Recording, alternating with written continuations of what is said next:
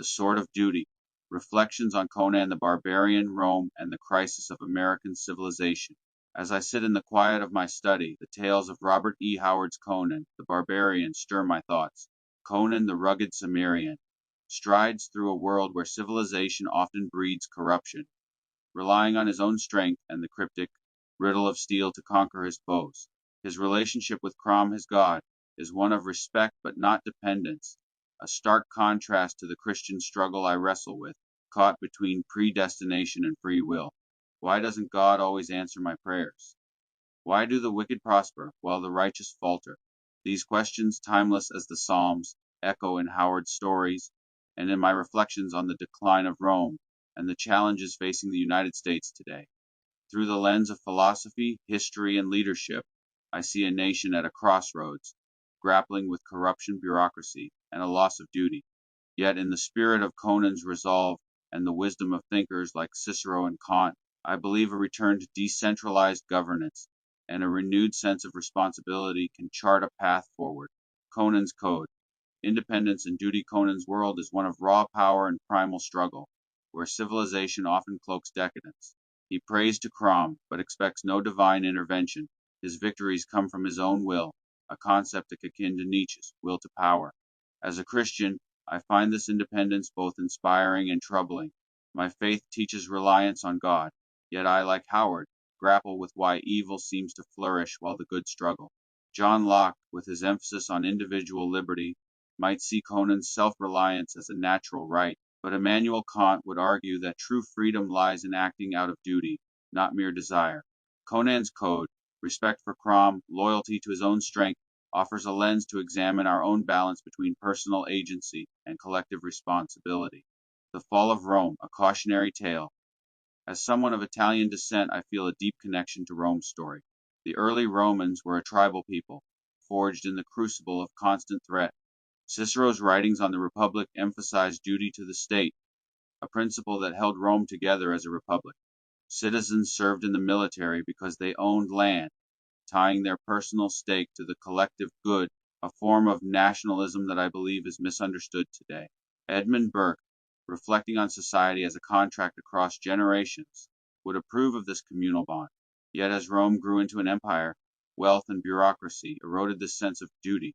Corruption seeped in, much as Plato warned in the Republic, where unchecked power leads to tyranny. The Etruscans, with their rumored decadence, may have influenced Rome's later excesses, but it was the Romans' own shift from rugged self-reliance to reliance on institutions that sealed their fate. By the time the empire fell, the once vibrant republic had become a bloated, corrupt system, unable to sustain itself. America's crisis, corruption, and corporatism. I see eerie parallels in the United States today, founded on principles of liberty and federalism. As articulated by James Madison and Thomas Jefferson, our nation was meant to balance individual freedom with collective responsibility. Leaders like Abraham Lincoln and Ulysses S. Grant embodied this, leading with a sense of duty to the Union, much like the early Romans. But now we face what I call gross incompetence, a term that captures the apathy and buck-passing plaguing our institutions. Domestic policy is riddled with examples. Healthcare costs soar due to insurance and pharmaceutical monopolies, while infrastructure crumbles under mismanaged budgets.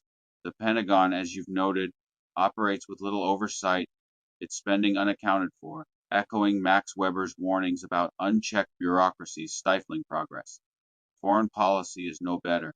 Interventions in Iraq and Afghanistan, driven by corporate interests and murky motives, have cost trillions and destabilized regions, contradicting Thomas Paine's call for reason and justice in governance.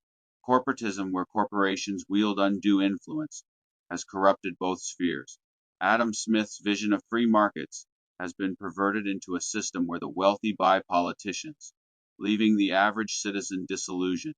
Hannah Arendt's concept of the banality of evil comes to mind, not overt malice, but the quiet complicity of bureaucrats and politicians who prioritize power over duty. The case for decentralized government. The solution, I believe, lies in decentralization. Madison's federalism, as outlined in the Federalist Papers, envisioned a system where states could govern according to their unique needs while upholding universal rights. Montesquieu, in the spirit of the laws, argued that smaller, localized governments are less prone to corruption as they're closer to the people.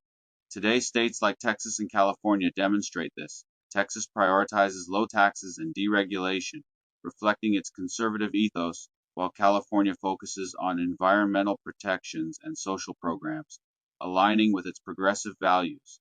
Both approaches cater to local needs, yet neither infringes on the constitutional rights Locke and Mill deemed sacrosanct.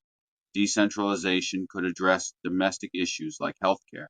Instead of a one-size-fits-all federal system, states could experiment with models, single payer in one, market-based in another, allowing innovation without risking national collapse.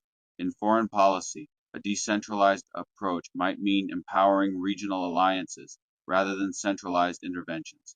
Dwight Eisenhower, a master strategist, warned of the military-industrial complex's overreach. A decentralized foreign policy could prioritize diplomacy and local partnerships, reducing the need for costly wars. This isn't about denying minority rights. John Stuart Mill's principle of utility, seeking the greatest good for the greatest number, ensures that individual liberties are protected, but laws should reflect the majority's will in a given region.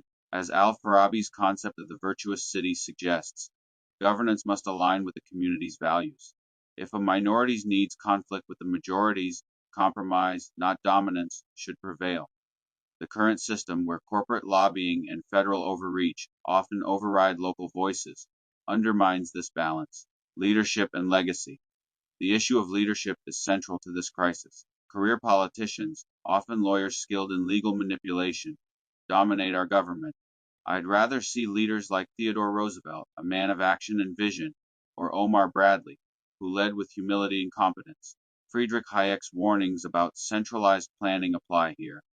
Politicians with narrow legal expertise lack the diverse knowledge needed to govern effectively. An economist, scientist, or even a farmer might bring practical skills to the table, as Benjamin Franklin did with his blend of pragmatism and wisdom. Term limits are a double-edged sword. Montesquieu and Madison advocated checks on power, and term limits could prevent entrenched elites.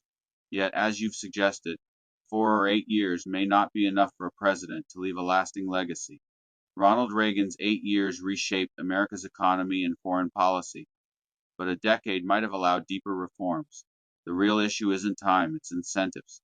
Too many politicians, like Roman senators, amass wealth and power, leaving office as billionaires. An internal affairs mechanism with real oversight could curb this, as Cicero's calls for integrity in governance suggest. A call to action reflecting on Conan. I see a man who thrives outside civilization's constraints, yet respects a higher code. We need a similar balance, the independence to forge our own paths, as Locke championed, and the duty to serve the collective, as Kant urged. The Romans fell because they lost this balance, succumbing to corruption and decadence. The United States risks the same fate unless we act. Decentralization can empower citizens, curb corporatism, and restore accountability. Domestic policies should prioritize local solutions, healthcare, education, infrastructure, while foreign policies should favor diplomacy over intervention. Leaders must embody duty, not self-interest, and we as citizens must demand it. Like Conan facing his foes, we must confront our challenges with courage and conviction. The riddle of steel for us is the balance between individual strength and collective duty. By embracing decentralized governance, rooting out corruption, and electing leaders with real skills and vision, we can forge a nation that honors its founding principles while adapting to modern challenges. The alternative is a slow decline like Rome's into a shadow of our former glory. I choose to believe we can rise not as barbarians, but as a people united by duty and resolve.